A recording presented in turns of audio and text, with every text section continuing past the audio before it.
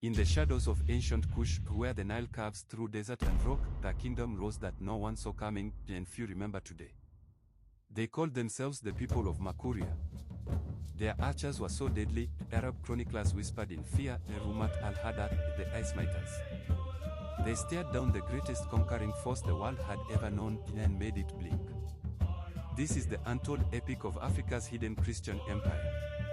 A realm of towering cathedrals, unbreakable walls, and kings who bargain with caliphs as equals.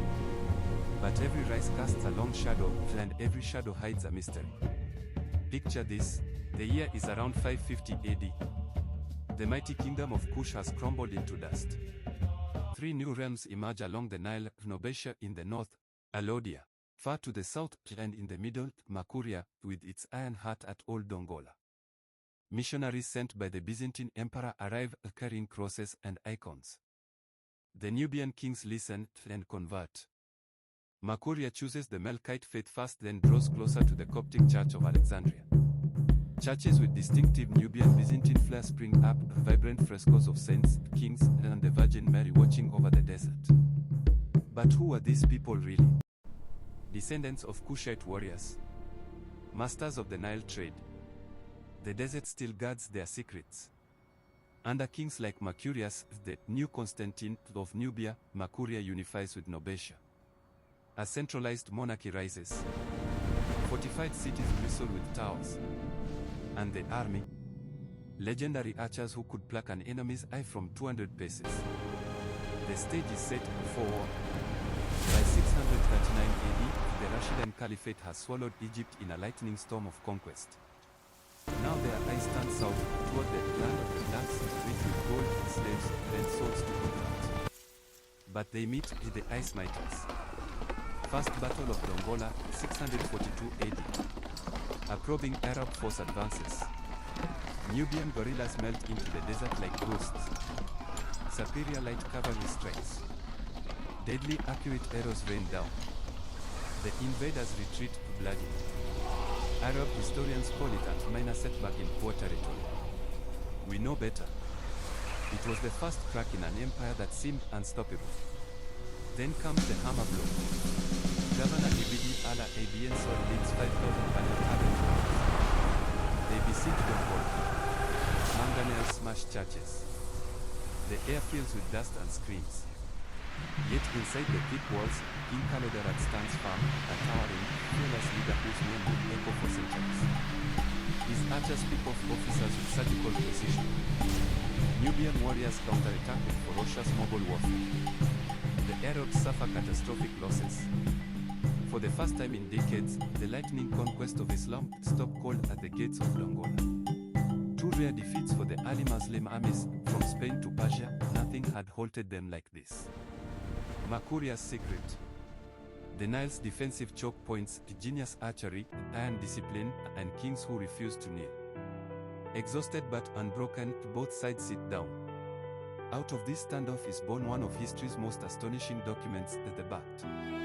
A pact that defied Islamic doctrine of endless expansion. Mutual non-aggression.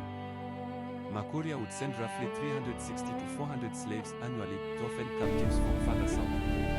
Egypt would send grain, wine, horses, and luxury goods. Trade flows. Fugitives are returned. And crucially, Makuria keeps its Christian faith and independence. This tribute treaty lasts 600 to 700 years, longer than almost any peace agreement in human history. Some scholars say Makuria even dictated better terms thanks to its military reputation. Makuria doesn't just survive, it pushes back. Under Umayyad rule, Nubian forces counter-raid deep into Egypt. They support Coptic rebellions. They outlast dynasty after dynasty. But the Crusades change everything. Muslim rulers in Egypt feel a nightmare alliance with Nubian Christians linking hands with Frankish knights from the north. Enter the Mamluks. Sultan Baybars and his successors hammer south. One king, David, even dares to strike first. His reasons remain shrouded in mystery. Was it revenge? A holy war? A desperate bid to protect the faith?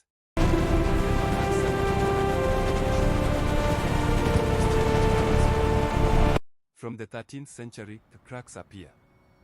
Dynastic feuds tear the royal family apart. A devastating civil war in 1365 shattered the kingdom into a state.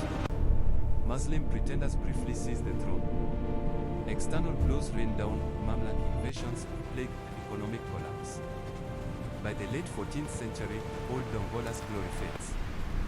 The last Christian strongholds, like the kingdom of Dotowo, flicker into the 15th and early 16th centuries. A final Christian king, Joel, and even a queen, Gawa, are recorded in the Christianity vanishes from northern Europe. Islam rises. But here is the greatest mystery: why did it fall so completely? Internal rot, external conquest, or something darker, a slow cultural erosion no arrow could stop. Today, the archaeologists peel back the sounds of Old Dongola and uncover breathtaking frescoes, unique seats of kings protected by angels, churches larger than any previously known in Nubia, paintings that have no parallel anywhere.